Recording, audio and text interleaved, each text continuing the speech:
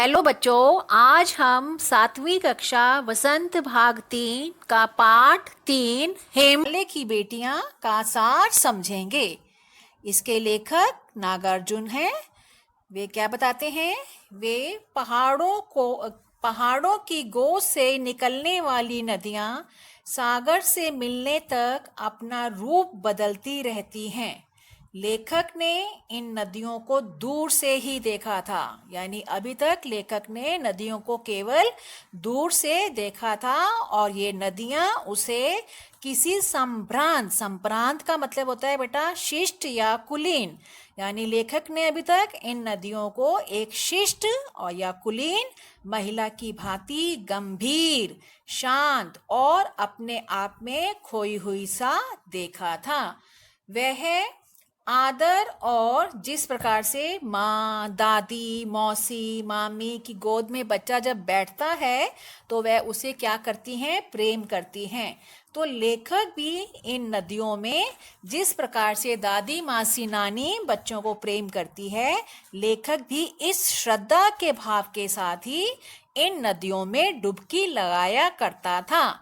लेकिन इस बार लेखक को हिमालय पर्वत पर जाने का अवसर मिला तो उसने अपनी सोच के बिल्कुल विपरीत इन नदियों को किसी और ही रूप में देखा। उसने क्या देखा कि हिमालय से निकलने वाली गंगा, यमुना, सतलज आदि विशाल मैदानों में लेखक ने इनको विकराल रूप में देखा था, लेकिन हिमालय पर ये नदियां दुबली पतली सी नजर आई। उसे बिल्कुल दुबली पतली नदियां हिमालय पर नजर आई। यहाँ से उछलती, कूदती, खिलखिलाती हुई ये नदियां आगे बढ़ती जा रही थी, पर मैदानों पर पहुंचते पहुंचते उनका उल्लास, उनकी खुशी, उनका उमंग जो था वो कहीं खो जाता है। यहाँ से किसी अल्हड़ बाला जैसी दिखती हैं। लेखक इनके रूप पर इतना आकर्षित होता है उतना वह किसी लड़की या किसी कली को देखकर नहीं होता। हिमालय की आगे लेखक बताता है, हिमालय पर नदियों को इस रूप में देखकर उसे हैरानी होती है और वह सोचता है कि ये नदियां आखिर कहाँ भागी जा रही हैं, इनके जीवन का उद्देश्य क्या है, ये किस लक्ष्य को पाने के लिए इतनी बेचैन हैं।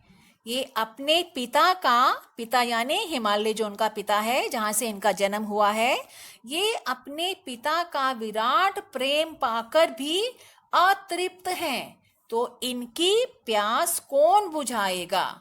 बर्फीली पहाड़ियों, हरी भरी घाटियों और गहरी गुफाएं जो हैं वो इनका क्रीड़ा स्थल है। क्रीड़ा मतलब जहाँ पर ये नदियाँ खेलती हैं। यहाँ खेलते खेलते ये कुछ दूर जाकर देवदार, चीड़, सरो, चिनार, सफेदा आदि के जंगलों में पहुंचकर मधुर बातें करती हैं।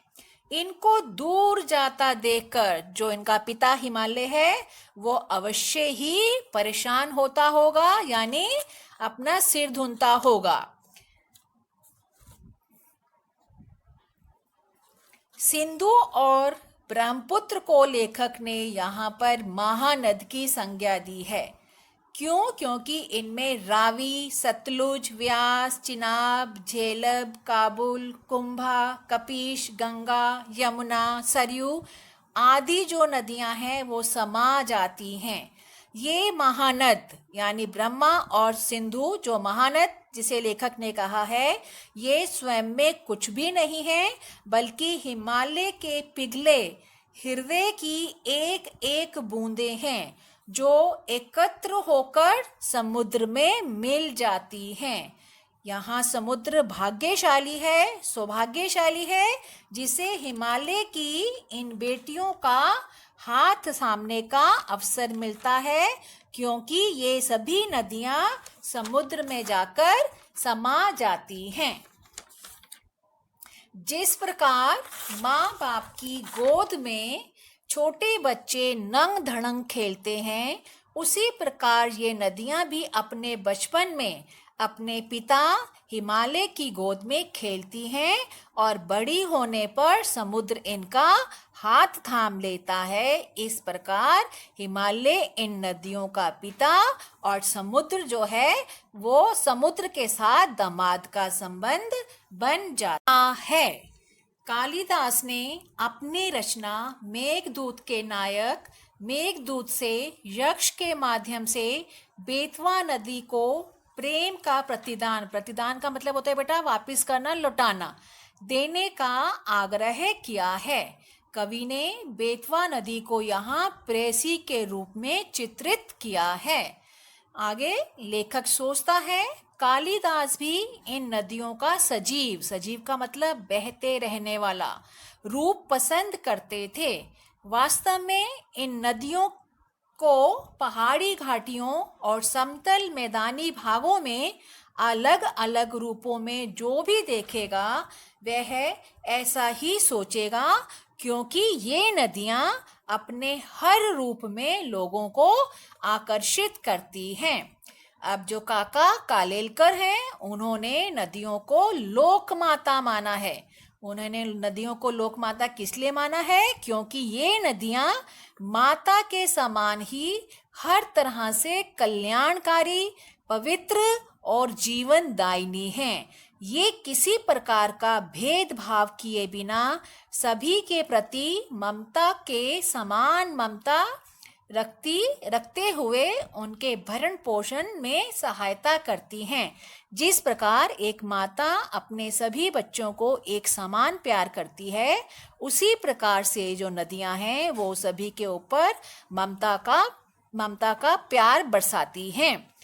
लेखक ने सबसे पहले इन्हें बेटी के रूप में, फिर प्रेसी के रूप में देखा है। इसके अलावा वह स्वयं को इन नदियों के साथ ममता के एक अलग धागे में बंधा हुआ महसूस करता है, और वह रिश्ता है बहन का रिश्ता। लेखक याद करता है जब वह तिब्बत गया था और वह वहाँ बहुत उदास था, उसकी तबीयत ढीली थी। इस कारण वह सतलुज नदी के किनारे दोपहर में बैठ गया और उसने अपने पैर सतलुज नदी में लटका दिए। इससे उसकी सारी थकान जाती रही और वह सतलुज नदी का गुणगान करते हुए कह उठा, सतलुज बहन तुम्हारी जय हो। तो इस प्रकार हमने क्या जाना नदियों के बारे में कि मनुष्य और नदियों का संबंध बहुत ही पुराना है। नदियां हमारे जीवन का आधार हैं। पुराने समय में जो प्राचीन नगर थे वह भी नदियों के किनारे बसे हुए मिलते थे। ये नदियां मानव का कल्याण करती हैं, उन्हें पीने के लिए जल उपलब्ध कराती हैं, सिंचाई के साधन बनकर फसल पैदा करने में भी ये सहायता करती हैं। ये प्राकृतिक संतुलन बनाए रखने में हमारी सहायता करती हैं और मैदानी भागों में ये जाकर विकराल रूप धारण कर लेती हैं। तो इस प्रकार लेखक ने समतल मैदानों में नदियों का कुछ और रूप देखा, और जब वह हिमालय पर गया तो वहां उसने नदियों का कुछ और ही रूप देखा। तो बच्चों, आशा है ये पाठ आपको अच्छी प्रकार से समझ आ गया होगा। अगर आपको यह वीडियो अच्छा लगा तो इसे लाइक, शेयर और सब्सक्राइब जरूर करना। Thank you.